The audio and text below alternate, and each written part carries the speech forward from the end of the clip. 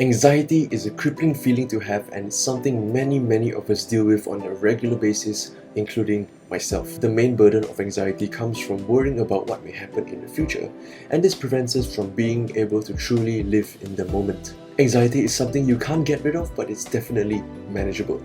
In fact, a little bit of anxiety is good for you because they serve as little stressors for you to plan and think ahead of what you want when you want to achieve your goals. In this video, I'll be teaching you 4 tips you can use to manage your anxiety so that you can live a present and more fulfilling life. The first thing you can do to manage your anxiety is to list down all the problems that are bothering you in your life. Now, anxiety originates from uncertainty. So the first thing you can do is to reduce that uncertainty to the minimum possible amount. And you can do that by first listing down the problems that you are facing. Understand that some problems may run emotionally deep. Don't try to solve them yet.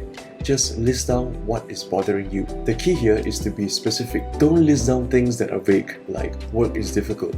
You need clarity in order to reduce the anxieties your mind is currently going through so that you can eventually overcome the anxiety you are facing. Some examples of good specific ways to list down your problems are: I don't like the way my parents are talking to me. I am uncomfortable with the overwhelming expectations I face at work. Or I am worried that I may not be working at a place that may fulfill my career goals. Next, differentiate the problems you can control from those you cannot control. Now, this is crucial to understand because there may be some problems in your life that are totally out of your control, and that's okay. Don't be worried too much about them because there will be problems that you can control. This is the time for you to separate them, and almost instantly you will get a better clarity of mind. My third tip is to stop trying to solve problems that you cannot control. In life, there are a multitude of problems which you cannot control. Most of these problems that we face are interpersonal, and this involves our interaction with others. When you deal with others, you cannot control how the other person might think, feel, say, or react.